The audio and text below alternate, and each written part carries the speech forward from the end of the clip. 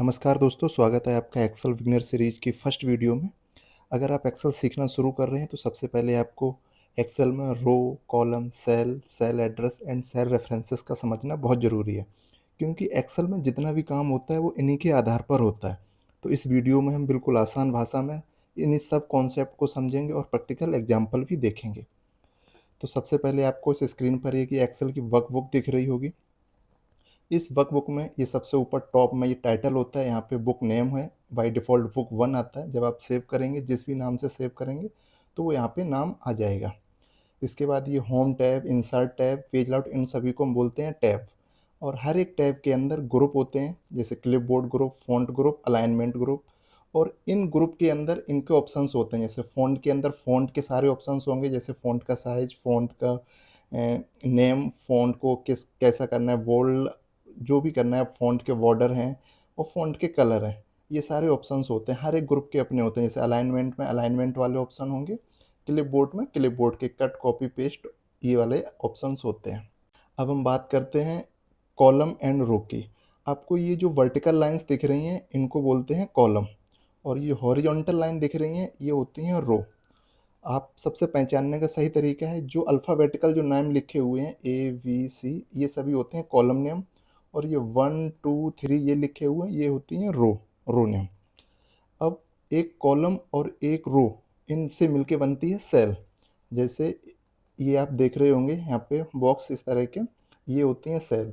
जैसे हमने यहाँ पे ये क्लिक किया है A1, तो A कॉलम और 1 रो, तो इससे बना है A1।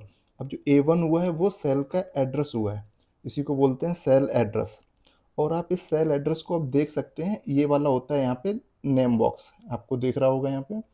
जिस भी आप सेल पे क्लिक करेंगे तो वही सेल का नेम है, वो यहाँ पे आपके नेम बॉक्स में दिख जाएगा। जैसे C2 पे क्लिक किया है तो C2 दिख रहा है। और एक चीज़ यहाँ पे, ये जो चीज़ एरिया है यहाँ पे, जो एफ आगे दिख रहा होगा, इसको बोलते हैं फार्मूला बार। आप जब भी इस सेल में कुछ भी लिखेंगे वो यहाँ पे आपको फार्मूला बार में दिखेगा। इसको आप यहाँ से एरो से डाउन करके आप बड़ा भी कर सकते हैं और छोटा भी कर सकते हैं। अब हम इसमें देखते हैं कि हम इसमें डेटा को किस तरह से एंटर करते हैं। हमने रो, कॉलम और सेल एड्रेस के बारे में जान लिया है। अब जैसे मैंने यहाँ पे V2 पे क्लिक किया है और हमने यहाँ पे लिखा है 100, तो ये B2 सेल में 100 डेटा स्टोर हो गया। इसी तरह मैंने C2 सेल में लिखा है 200, तो ये 200 इसमें डेटा स्टोर हो गया है। अब हम D2 में एक फार्मूला लगा रहे हैं। फार्मूला हमेशा एक्सेल में इक्वल से स्टार्ट होता है, तो मैंने यहाँ पे इक्वल लिखा। अब B2 cell plus C2 cell, हम इन दोनों को ऐड कर रहे हैं और एंटर करेंगे तो हमारा रिजल्ट आ गया 300। तो जो एक्सेल में ये फॉर्मूले में हमने ये B2 और C2 लिखा है, ये हमारे हुए सेल रेफरेंसेस।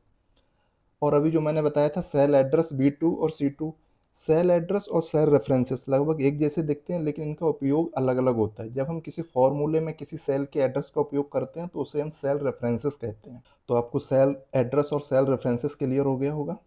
हमने इस वीडियो में रो क्या होती है, column, cell address, cell references के बारे में सीख लिया है। अगर ये वीडियो पसंद आई है तो लाइक एंड शेयर करें, और आपने अगर चैनल को सब्सक्राइब नहीं किया है तो सब्सक्राइब करें। अगली वीडियो में हम और इसके आगे के फीचर्स देखेंगे। थैंक यू, मिलते हैं नेक्स्ट वीडियो में।